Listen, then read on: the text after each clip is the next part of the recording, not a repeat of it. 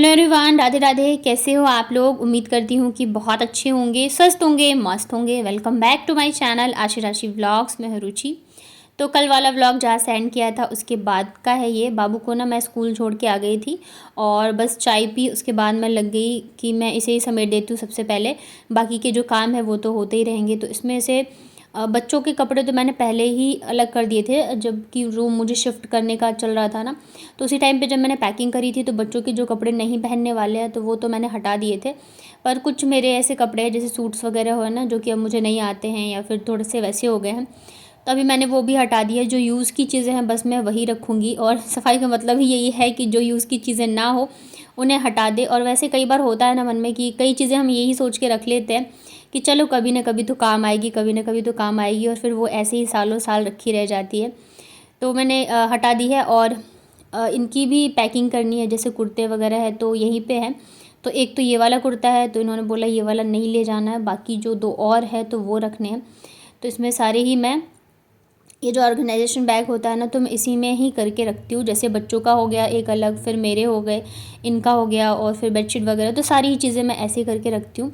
तो इससे ना क्या होता है, आसानी होती है ढूंढने में भी, और जल्दी से मिल भी जाता है। अलमारी भी अच्छे से ऑर्गेनाइज रहती है, देखने में भी अच्छी लगती है। वैसे आप कितना भी कपड़े फोल्ड करके रख लो, कुछ भी कर लो, वो ना ख़राब हो ही जाते हैं, बिल्कुल मैसी हो जाते हैं।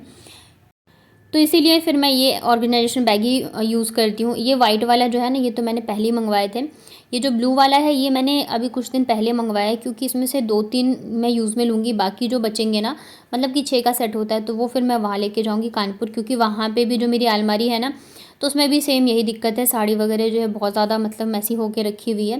तो इसमें मैं करके अच्छे से रख दूँगी। एक्चुअली क्या होता है ना, वहाँ जैसे दिवाली वगैरह में जाते हैं तो उस टाइम पे टाइम ही नहीं मिलता है कि मैं बिल्कुल भी कर पाऊँ कुछ भी, तो फिर वो जो है ना, टाइम नहीं लग पाता है। तो अभी ये लेके जाऊँगी तो इसमें रख दूँगी। और ये ना बच्चों के पर्सेज़ हैं, अभी मैं आपको दिखाऊँगी कि इनके पास कितने सारे साइड बैग्स हैं। यहाँ पे हैं बच्चों के पर्सेज़ रखे हुए। देखो एक ऐसा और होगा, एक ये तो मेरी फ्रेंड ने दिया था दोनों को, और ये ना इनकी बुआ लेके आई थी दोनों के लिए। और ये कन्या खाया ना उसमें मिला है, तो ये शायद आशी को मिला था, बाबू गई नहीं थी वहाँ पे। और ये पिछली बार मिला, ये मैं लेके आई थी। तो इतने सारे ना बच्चों के पर्सेस हैं, क्यूट क्यूट से। एक तो कहीं रखा होगा ये वाला, देख रहे हो। इधर जो है मैंने थोड़ी सी पैकिंग मतलब कि सेट किया है, और ये तो मैं ऐसी बैग में रखती हूँ। ये भी ज़्यादा नहीं, थोड़ा बहुत ही करना पड़ेगा, ये थोड़ा करूँगी। ऊपर वाला जो है ये तो बस ज़्यादा कुछ अभी है नहीं, फटाफट से मैं करती हूँ इसको। और कल के व्लॉग में मैंने आप लोगों से पूछा था कि दिवाली कब है, तो सब यही मतलब जिन्होंने शायद पूरा व्लॉग देखा तो वो सब आप लोगों ने ही बताया कि 31 को ही है दिवाली। तो अब भी ना और ज़्यादा टेंशन बढ़ गई है कि क्या करूँ क्या नहीं। और ये जो छोटे छोटे पर्स है ना, ये भी बच्चों को उसी में कन्या जो अभी खाया था ना इन लोगों ने, कन्या में जब गए थे अष्टमी पे तो मिला था। बहुत ही सुंदर सा है। और इसमें ना कुछ हेयर बैंड्स वगैरह भी थे, तो मैंने निकाले ही नहीं, क्योंकि निकालूंगी ना तो फिर बच्चे रहने नहीं देते। मेरे बच्चे मतलब ऐसे हैं ना कि कितनी भी क्लिप्स, रबर बैंड, कुछ भी ला के दे दो तुरंत ही तोड़ के फेंक देंगे। और एक होता है ना, मैं बड़े शौक से लाती हूँ भी, पहनाऊँगी करूँगी, लेकिन वो फिर कुछ देर का ही रहता है। और ये देखो एक और मिल गया, एक तो इस पर टंगाई था, एक ये रहा। तो बहुत ही सारे इन लोगों के पास इकट्ठे हो गए हैं ये जो। और मेरे पास ना बस यही अलमारी में जितनी जगह है, तो ये जो ऊपर वाला सेक्शन है ना, तो इसमें जो भी एक्स्ट्रा सामान होता है मैं इसी में रख देती हूँ। जैसे मेरे पर्स वगैरह हो गए और ये थैला वगैरह है, तो उसे मैं इसी में रख देती हूँ। और अभी जो मैंने इसकी सफाई करी तो बहुत सारी चीज़ें जो है वो मिल गई मुझे। और ये है मेरी एक पेंटिंग, ये मैंने ना शादी से पहले ही बनाई थी। ये देखिए कितनी सुंदर है। इसका पेपर भी बहुत अच्छा है, ये मधुबनी में ही मैंने लिया था, लेकिन ये एकदम से बेकार हो गया है। गंदे वगैरह मतलब फ्रेमिंग हो जाती है ना, तो वो चीज़ अच्छे से रहता है, अगर ऐसी रहे ना तो फिर वो ख़राब हो ही जाता है। तो यहाँ पे मैंने अपने पर्स वगैरह रख दिए। और ये जो थैला आपको ऊपर दिख रहा है ना, इसमें ना बच्चों के वो कपड़े हैं जो कि नहीं पहनते हैं, मतलब कि बाबू को भी अब छोटा हो गया है तो वो वाले कपड़े, तो ये मैंने निकाल दिया था। क्योंकि मतलब हर बार ठंडी में जो बच्चों के छोटे कपड़े होते हैं तो वो मैं ना दे देती हूँ, जैसे जो झुग्गी झोपड़ी वगैरह में रहते हैं उनको। तो लास्ट टाइम नहीं दिया था, क्योंकि किसी ने शायद कमेंट किया था या किसी ने मुझसे बोला, मुझे नहीं पता, कि ऐसे कपड़े नहीं देने चाहिए किसी के भी। देने से पहले उसे नमक पानी से धो के ही दो। पहले मुझे ये चीज़ नहीं पता थी, तो मैं हर बार बस ऐसे ही दे देती थी निकाल निकाल के। लेकिन जब से पता चली है तो फिर मैंने वो रखा हुआ है। और अभी जैसे मैंने कुछ मेरे कपड़े वगैरह भी निकाले हैं, जाहिर सी बात है अलमारी की साफ़ सफाई कर रहे हैं तो कपड़े तो निकलेंगे ही निकलेंगे। तो जो भी कपड़े होंगे ना, तो फिर मैं अभी तो दिवाली से आने के बाद ही एक दिन सारे कपड़े मैं नमक पानी में धो के और फिर दे दूँ, मतलब कि ये आएंगे तो बोलूँगी एक दिन टाइम निकाल के कि चलो दे के आते हैं। और मतलब खुद भी अच्छा लगता है, जो चीज़ यूज़ में नहीं है वो अगर दे दो तो उन लोगों के भी यूज़ में आ जाती है। तो वैसे तो ज़्यादा कुछ अलमारी गंदी नहीं थी, क्योंकि पूरी ही अलमारी मैंने खाली कर दी थी जो हमें जाना था, तो बट फिर भी हो ही जाता है। तो ये सबसे नीचे वाला जो है ना, इसमें सबसे ज़्यादा मतलब जो कि काम की चीज़ें नहीं होती है ना फालतू की, तो मैं वो रख देती हूँ। जैसे ये पॉलीथीन वगैरह हो गया, जो चावल वाला थैला होता है, ये सब, तो ये सब चीज़ें हैं। और यहाँ पे अंदर काफ़ी सारा कचरा भी हो गया था, तो ये भी मैं निकाल देती हूँ अंदर। मतलब झाड़ू वगैरह कुछ तो मैं कर नहीं सकती हूँ, तो जितना कर पाई कर दिया। और ये मेरे पास ना चूड़ियाँ हैं, तो ये उसी टाइम की है। एक दिन मैंने आप लोगों को बताया भी था कि जब मैं अपना करती थी ऑनलाइन वाला, तो मैंने चूड़ियों से ही स्टार्ट किया था, क्योंकि जयपुर की चूड़ियाँ बहुत ज़्यादा फेमस है। तो मैंने चूड़ियों से ही मेरा काम स्टार्ट किया था। तो ये इसमें से कुछ कुछ चूड़ियाँ हैं जो कि बच गई हैं, क्योंकि फिर मैंने वो काम मतलब चूड़ियाँ छोड़ के फिर मैं साड़ी पे आ गई थी, क्योंकि चूड़ियों का ना फिर टूटने का डर रहता है। अब कोई मंगवाए और चूड़ियाँ टूटी हुई जाए तो भी अच्छा नहीं लगता है। तो बस यहाँ पे नीचे वाली भी अलमारी मैंने अच्छे से सेट कर दी है। जो भी एक्स्ट्रा सामान है, काम की चीज़ें, सब मैंने यहाँ पे लगा दी है। और फाइनली मेरी जो अलमारी है वो हो गई है सेट। और व्लॉग में ना बस ये 2-3 मिनट में ही मतलब ये सारी चीज़ें मैंने दिखा दी, लेकिन करने में बहुत ही ज़्यादा टाइम लगता है। तो ये वाला जो है ना, जिसमें मैंने तौलिया लगाया, इनमें इनके कपड़े रहते हैं, तो ये ज़्यादा यूज़ होता नहीं, आते भी हैं 1-2 दिन के लिए, तो फिर वही कपड़े पहने रहते हैं। मतलब ये ना मुझे लगता है जेंट्स लोगों का होता है, वो एक ही टी शर्ट 2 दिन 3 दिन में ही पहन के रखेंगे। उन्हें ये नहीं रहता अरे कल पहना था आज कैसे पहनेंगे। हम तो फिर भी चला लेते हैं, मतलब हम तो मतलब नहीं पहनते हैं। तो इनके मैंने फिर टॉवल से ढक दिया था ताकि धूल मिट्टी ना पड़े। और ये कपड़े हैं जो कि मतलब नहीं पहनूंगी मैं, तो देखती हूँ इनका कुछ या तो यूज़ में लूँगी या तो फिर मैं दे दूँगी। तो उसके बाद फिर यहाँ पे सारे काम, रूम की साफ़ सफाई करी, झाड़ू पोछा वगैरह करा, नहा धो के फिर मैं चली गई थी बच्चों को लेने के लिए स्कूल। बच्चे आ गए थे, तो अब जाके मैं बनाऊँगी फटाफट से लंच। और कभी कभी ना मतलब समझ में नहीं आता रहता है कि लंच में क्या बनाओ, होता है ना डेली डेली, मतलब दिमाग ही नहीं काम करता रहता है। और कल कल या शायद परसों एक सिस्टर ने कमेंट किया था कि उनका चैनल जो है वो डिलीट हो गया है। तो अभी नया चैनल बनाया है मैंने, मुझे क्या करना चाहिए। तो पहली चीज़ तो देखो, अगर आपका चैनल डिलीट हुआ है ना, तो आपके पास कोई ना कोई मेल ज़रूर आया होगा। तो आप अपना मेल चेक करना, जिस भी ईमेल आईडी से आपने अपना चैनल बनाया था, तो उस पर ज़रूर से मेल आया होगा कि क्या रीज़न है क्या नहीं रीज़न है।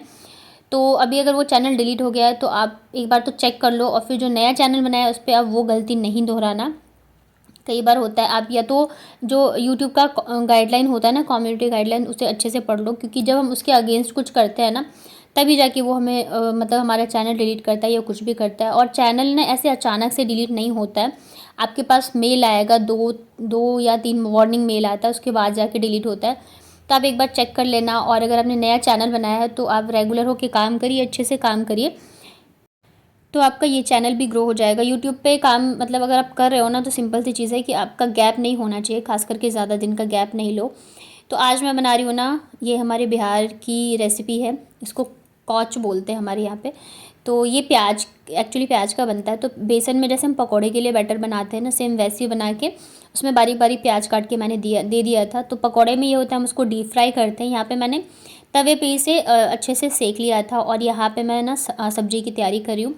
कढ़ाई में ना मैंने बनाया था प्याज और मिर्च का अचार, तो सेम कढ़ाई में मैंने सब्जी छौंकी है, क्योंकि अभी टाइम नहीं था कि मैं धो के वापस बनाऊँ और फिर अचार ही बनाया है मैंने तुरंत की तुरंत। तो उसमें जो मसाले हैं वो तो और ज़्यादा चटपटा सब्जी हो जाएगा। तो यहाँ पे मैंने राई और सौंफ का तड़का लगाया था। उसके बाद प्याज अदरक लहसुन को अच्छे से भून लिया है। मसाले में मैंने डाला है 2 चम्मच के करीब बेसन, धनिया पाउडर, लाल मिर्च पाउडर, हल्दी पाउडर, नमक, थोड़ा सा गरम मसाला।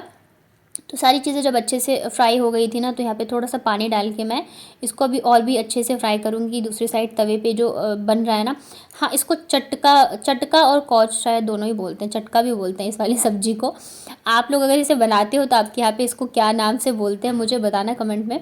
तो यहाँ पे सब्जी का मसाला जो है ये भी अच्छे से फ्राई हो रहा है, और बेसन का बहुत ज़्यादा अच्छा टेस्ट आता है मसाले में। तो बस उसके बाद यहाँ पे जब सब मसाले और तेल अलग हो जाए, तो यहाँ पे मैंने पानी डाल दिया है। अब इसे मीडियम आंच पे छोड़ देंगे बॉईल होने के लिए। दूसरी साइड मेरी जो चटका है वो भी बन के हो चुकी है रेडी। और फिर मैं बनाऊंगी थोड़े से चावल भी और रोटी भी। रोटी तो भाई बाबू के लिए मुझे बनाना ही बनाना पड़ता है, और अभी दोनों बच्चों को जुकाम भी हो रखा है, तो मैं फिर इन्हें रोटी ही दे रही हूँ। और आज मैं थोड़ा सा चावल भी बनाऊंगी, क्योंकि ग्रेवी वाली सब्ज़ी के साथ या ये वाली सब्ज़ी के साथ ना चावल अच्छे लगते हैं।